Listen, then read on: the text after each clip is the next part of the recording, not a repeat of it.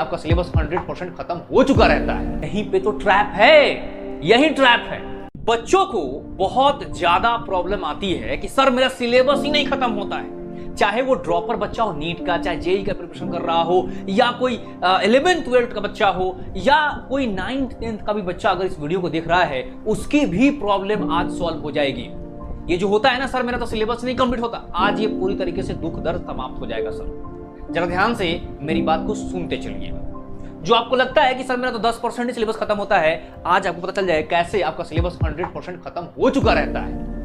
समझ में आ रहा है कि नहीं? मेरा नाम है मेरे प्यारे बच्चों अर्नव तिवारी और मैं बच्चों को केमिस्ट्री पढ़ाता हूं। चलिए बात करते हैं। सबसे बड़ी दिक्कत क्या है कि आप लोग जो सिलेबस कंप्लीशन का फोकस है गलत जगह पे रखते हैं। क्लियर है कि नहीं? देखिए आप लोगों को लगता है कि जो भी क्वेश्चन मैं अटेम्प्ट करूं सॉल्व करूं वो 100% सॉल्व हो जाना चाहिए। क्या बोला मैंने? जो भी क्वेश्चन मैं अटेम्प्ट करूं वो मेरे से पूरी तरीके से सॉल्व होना चाहिए। यानी कि मान लो कि आप 10 क्वेश्चन सॉल्व कर रहे हो, 100 क्वेश्चन कर, आपको लगता है कि 100 के 100 सॉल्व हो जाने चाहिए मेरे से, बट ऐसा नहीं होता। जब नहीं होता तो आपको लगता है कि सर शायद मेरा अभी सिलेबस कंप्लीट नहीं हुआ है। दूसरा क्या है कि आपको लगता है कि कोई टीचर या कोचिंग जो है वो कुछ चैप्टर छोड़ दिया, इस वजह से मेरा सिलेबस कंप्लीट नहीं हुआ। अब जरा ऐसा एक सिचुएशन इमेजिन करते हैं। मान लो कोई कोचिंग है, XYZ कोई कोचिंग है जहां पर सारे सिलेबस कंप्लीट करा दिए जाते हैं। आजकल मैक्सिमम कोचिंग करा देती है, ठीक है, कुछ लोग कोई बात नहीं करते हैं, मैक्सिमम कोचिंग करा देती है। अच्छा जी, तो मेरे प्यारे बच्चों जरा ध्यान से मेरी बात को समझिएगा। अगर कहीं आपका बैकलॉग लगा है तो आपको क्या लगेगा कि अरे मेरा तो वो 2 लेक्चर छूट गया है, यानी कि मेरा सिलेबस अभी भी कंप्लीट नहीं है।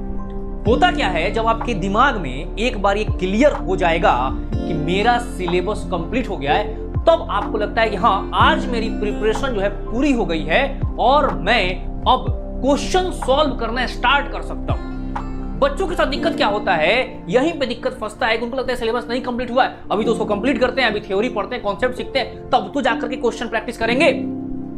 बात समझ में आ रही है कि नहीं? बट यहीं पे तो ट्रैप है, यही ट्रैप है। अब जरा ध्यान से मेरी बात को समझना है।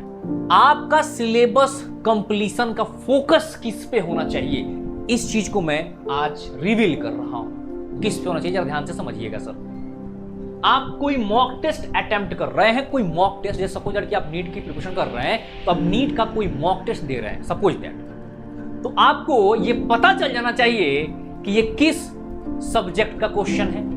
अरे सर मजाक कर रहे हैं क्या?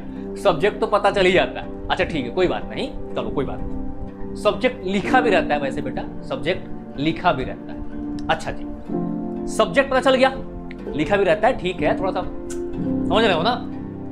आपको क्वेश्चन देख करके किस क्वेश्चन का, किस चैप्टर का ये क्वेश्चन है ये पता चल जाना चाहिए। अच्छा, उसके बाद ये किस टॉपिक का क्वेश्चन है, अगर ये पता चल गया और मैं आपको, अगर आपका नोट्स और आपका बुक जो किताब आप फॉलो करते हो एनसीईआरटी है या जो भी आप एक्स्ट्रा बुक फॉलो करते हो, एक आध दो तो उसको मैं दे दूं आपको, आपके हैंड ओवर कर दूं और बोल दूं कि बेटा जरा आप इस बुक को और नोटबुक के हेल्प से आप इसका क्वेश्चन का आंसर निकाल लीजिए।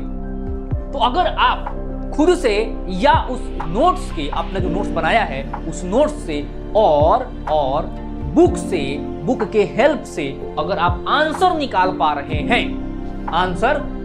पा रहे हैं तो आप बोल सकते हैं कि आपका सिलेबस 100% कंप्लीट हो चुका है। इसमें एक चीज ध्यान देना है, आपको गूगल का यूज नहीं करना है, यूट्यूब का यूज नहीं करना है, टीचर से जाकर के नहीं पूछना है या सॉल्यूशन नहीं देखना है। क्या करना है? खुद से अपने नोट्स या अपने बुक को फॉलो करके आप अगर आंसर निकाल पा रहे हैं, इसका मतलब है कि आपका सिलेबस कंप्लीट हो चुका है। अब इसके बाद सिर्फ और सिर्फ क्या करना है? क्वेश्चन की प्रैक्टिस जितना कर सकते हैं उतना करना है, और जो भी छोटे मोटे टॉपिक्स वीक रह गए हैं उस पे ढेर सारे क्वेश्चन को सॉल्व करना है। तो आई होप कि आपका ये जो डाउट था कि सर मेरा सिलेबस नहीं खत्म होता है, ये कंप्लीट हो गया होगा। अगर आपका ये दुख दर्द दूर हो गया है तो एक दिल वाली इमोजी तो कमेंट में बनती ही है, और वीडियो को सर लाइक कर दीजिएगा ताकि YouTube को पता चले कि हाँ अच्छी वीडियो थी, ठीक है। और नए हैं तो सब्सक्राइब कर लीजिए। और बड़ा ही एक्साइटिंग चीज आप लोगों को मिलने वाला है अगर आप मेरे से जुड़े हुए हैं। बहुत शानदार न्यूज आपको बहुत ही चंद दिनों में मिलेगी, कुछ बेहतरीन चीज, मजा आ जाएगा आपको। चलिए सर, इसी के साथ थैंक यू सो मच, नमस्कार, बाय बाय बाय बाय बच्चों।